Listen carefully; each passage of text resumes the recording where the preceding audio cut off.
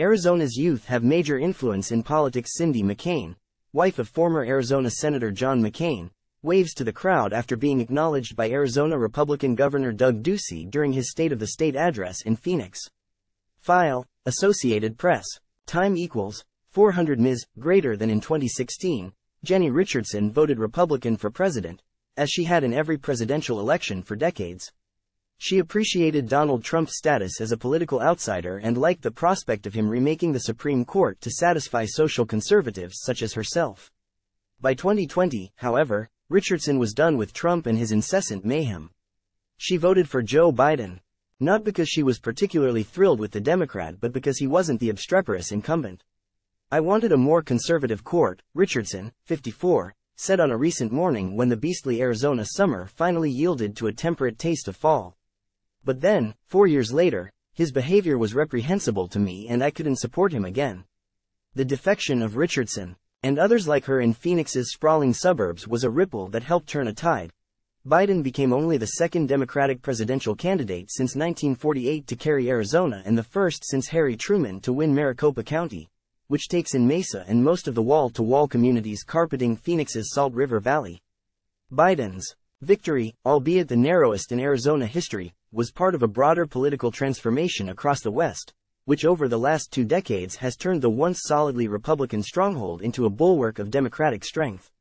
Over the last several months, I've traveled through a half-dozen states, along the Pacific coast, across the Southwest, into the Rockies, to explore the reasons for the change, which has drastically refashioned the national race for the White House.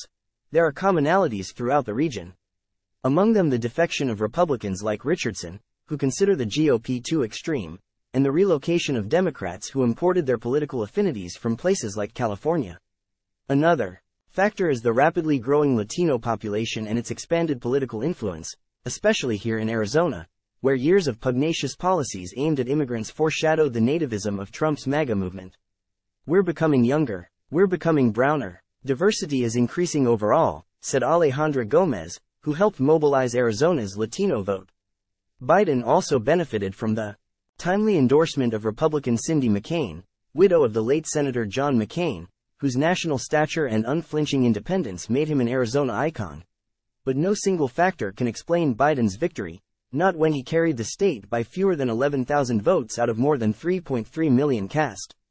"Arizona is a microcosm of the country right now," said Paul Bentz, a GOP pollster in Phoenix, citing its solidly Democratic cities and staunchly Republican rural areas.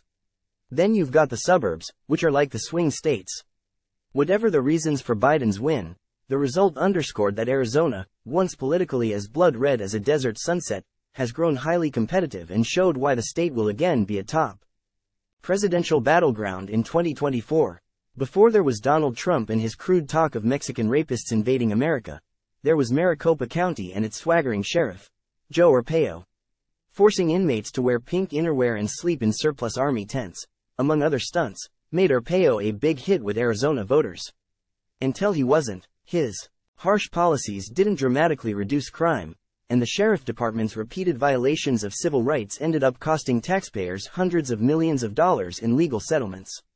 After 24 years in office, Arpaio was finally ousted in 2016.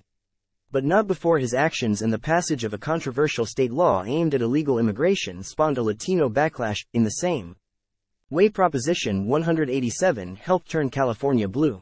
In Arizona, the flashpoint was Senate Bill 1070, a 2010 law that effectively turned police into immigration officers and encouraged racial profiling by targeting individuals based on ethnicity and skin color.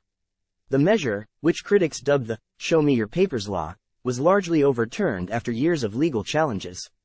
Among those moved to political action was Ruben Gallego, an Iraq War veteran who began as a staffer at Phoenix City Hall and now represents the city in Congress. The Democrat is running for a U.S. Senate seat in 2024. While the crackdown on immigrants animated the GOP's right wing, Latinos start, seeing the Republican Party not as the party of McCain but the party of Sheriff Joe Arpaio and all these other crazy guys, Gallego said. Add Trump to the equation, and it's a continuation of what Latinos in Arizona had seen for the last decade. Latinos make up about 1/3 of Arizona residents.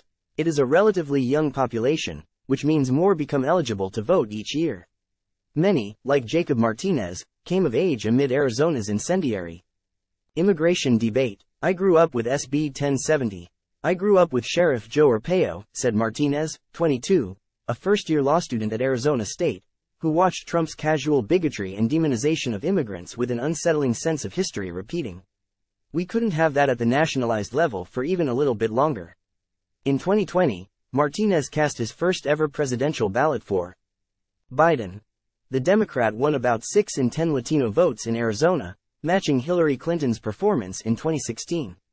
Trump won about 37% Latino support, compared with 31% the first time he ran, part of a pattern seen elsewhere across the country. The difference was the Latino percentage of the electorate, which grew from 15% in Arizona in 2016 to just under 20% in 2020. The result was a net increase in Biden's vote, helping him eke out victory by less than half a percentage point.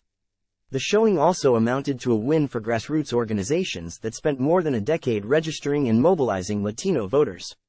One of them, Lucha, signed up about 20,000 new registrants ahead of the 2020 election and logged millions of voter contacts. Through phone banks, door knocking and social media, the Spanish acronym for Living United for Change in Arizona translates to fight or struggle. While Arizona is diversifying, without the year-round organizing and mobilizing of Black and Brown and Indigenous young people, we would not be where we are now, said Lucha's executive director, Alejandra Gomez, who got her start in politics working against Arpaio, because demographics is not destiny. Cindy McCain had finally had enough. Her late husband loathed Trump, he made no secret of that, and the feeling was mutual. The Arizona senator said Trump's positions on national security were uninformed and dangerous. Trump mocked the 5.5 years McCain spent as a prisoner of war in Vietnam. McCain cast the deciding vote against Trump's effort to repeal Obamacare. Trump sneered he was never a fan of McCain and never will be.